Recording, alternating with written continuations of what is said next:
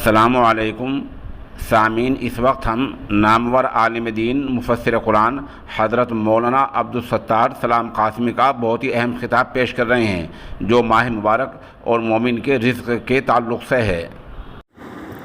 السلام علیکم ورحمۃ اللہ، نحمدہ ونصلی علی رسولہ الکریم، اما بعد۔ بزرگان محترم، عزیزوں اور دوستو، تاج نگری ہے اور رمضان المبارک کی دوسری تاریخ،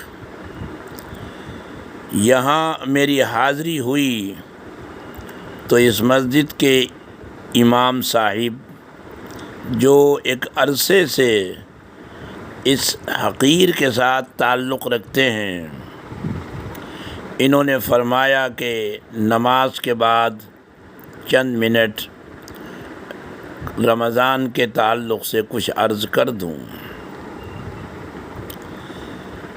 تو اس مبارک موقع پر آپ تمام حضرات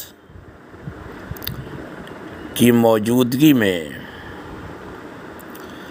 حضرت سلمان فارسی رضی اللہ تعالی عنہ کی ایک طویل روایت کا ایک مختصر سا ٹکڑا پیش کرنے کی سعادت حاصل کر رہا ہوں۔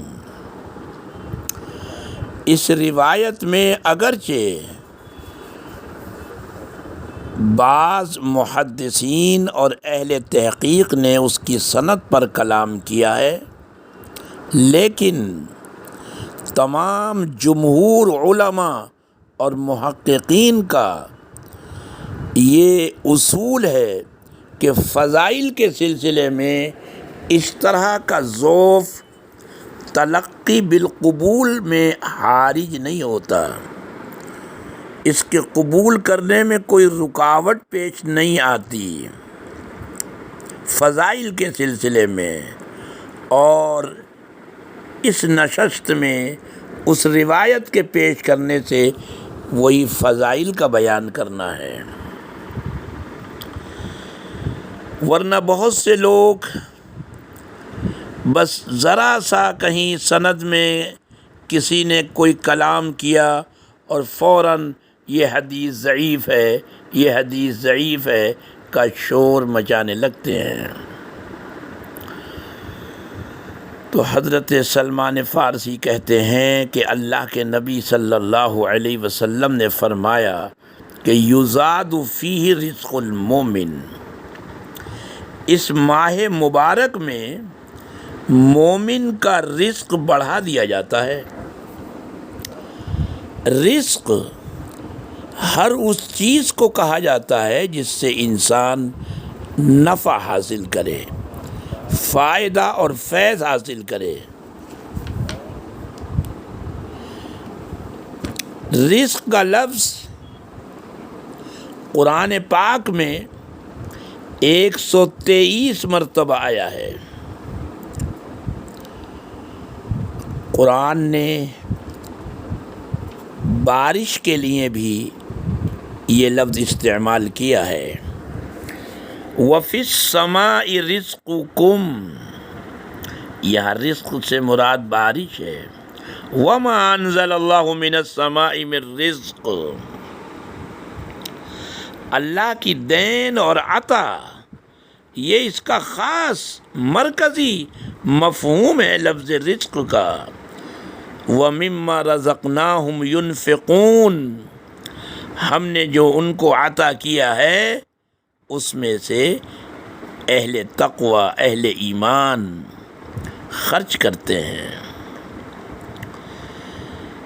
یہاں یہ تذکرہ نہیں ہے کہ کہاں خرچ کرتے ہیں،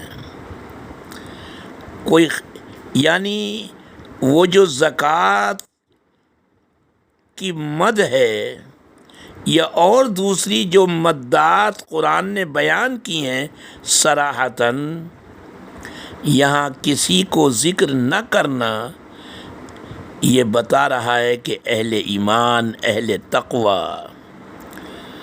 یہ نہیں دیکھتے کہ بس صرف زکوٰۃ ہی خرچ کریں، اپنے مال میں سے جو ہم نے عطا کیا ہے، جو ہم نے دیا ہے، بلکہ جو بھی ضرورت ہے، جو بھی ان کے سامنے کسی کی ضرورت آئی اس میں وہ خرچ کرتے ہیں۔ یہ خوبی اللہ نے بیان کی ہے سورہ بقرہ کے بالکل شروع میں، وَمِمَّا رَزَقْنَاهُمْ يُنْفِقُونَ، اور فعل مضارع لا کر یہ بتایا کہ خرچ کرتے ہی رہتے ہیں۔ خیر، تو لفظ رزق عام اخراجات کے لیے بھی استعمال ہوا ہے۔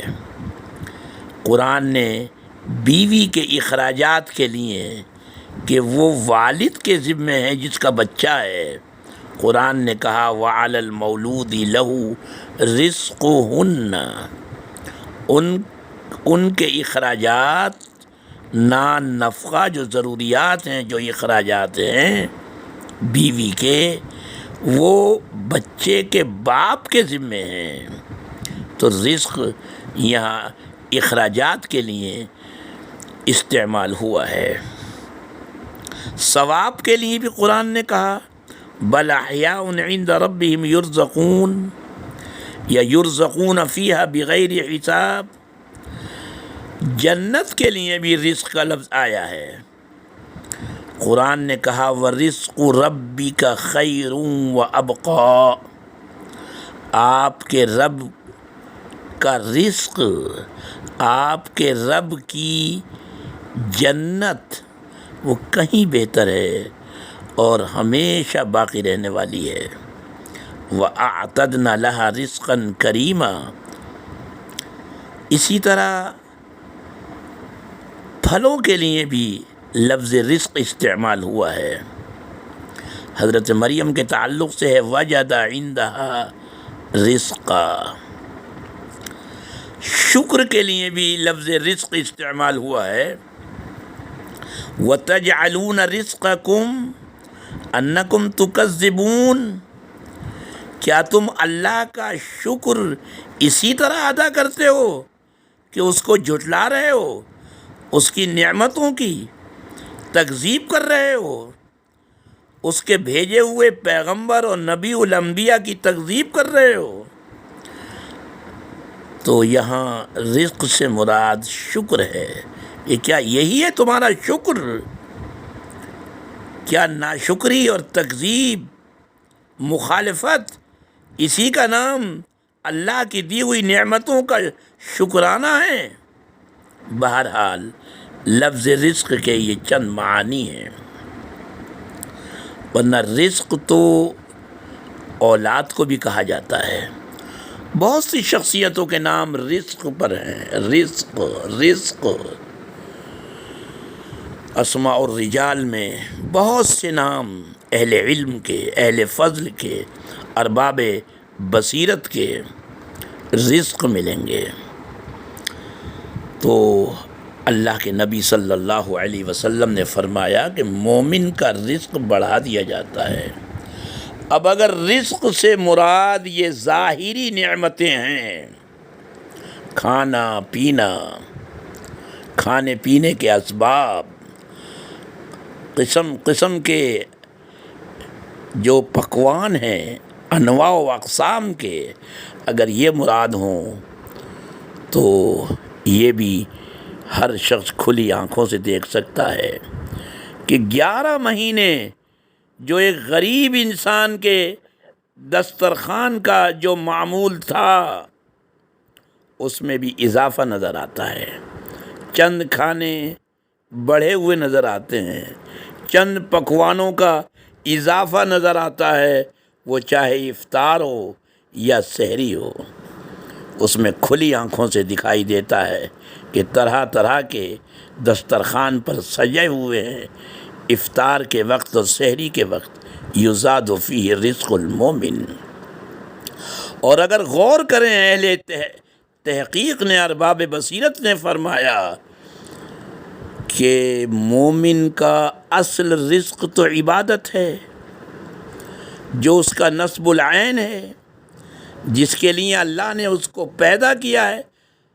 جنات اور انسانوں کو وما خلقت الجن والانس الا لیعبدون، تو عبادت تو مقصد اصلی ہے، انسان مومن کا اصل رزق ہے عبادت، طاعات، نیکیاں۔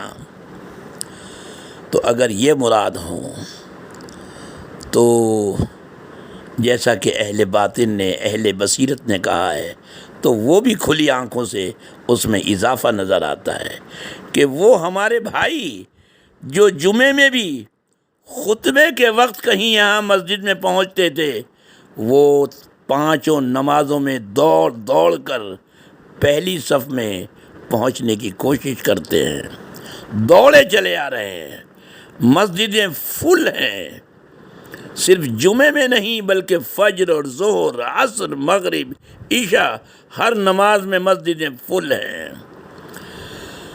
تو جو مومن کا اصل رزق ہے عبادات و طاعات، پھر دن میں نہیں رات میں بھی تراویح کے اندر کھڑے ہوئے ہیں اللہ کے بندے، مسجدیں فل ہیں، بھری ہوئی ہیں تراویح سے،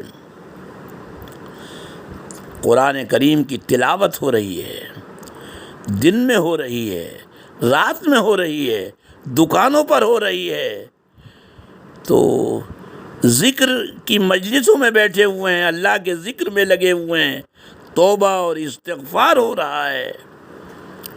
تو جو مومن کا اصل رزق ہے عبادات و طاعات، اس میں بھی کھلی آنکھوں سے اضافہ نظر آتا ہے۔ اللہ تعالی ہماری ٹوٹی پھوٹی عبادات کو، روزوں کو، تراویح کو، قرآن کریم کی تلاوت کو، یہ ٹوٹے پھوٹے اعمال کو اللہ تعالیٰ قبول فرمائے۔ وما علینا الا البلاغ۔ والسلام علیکم ورحمۃ اللہ۔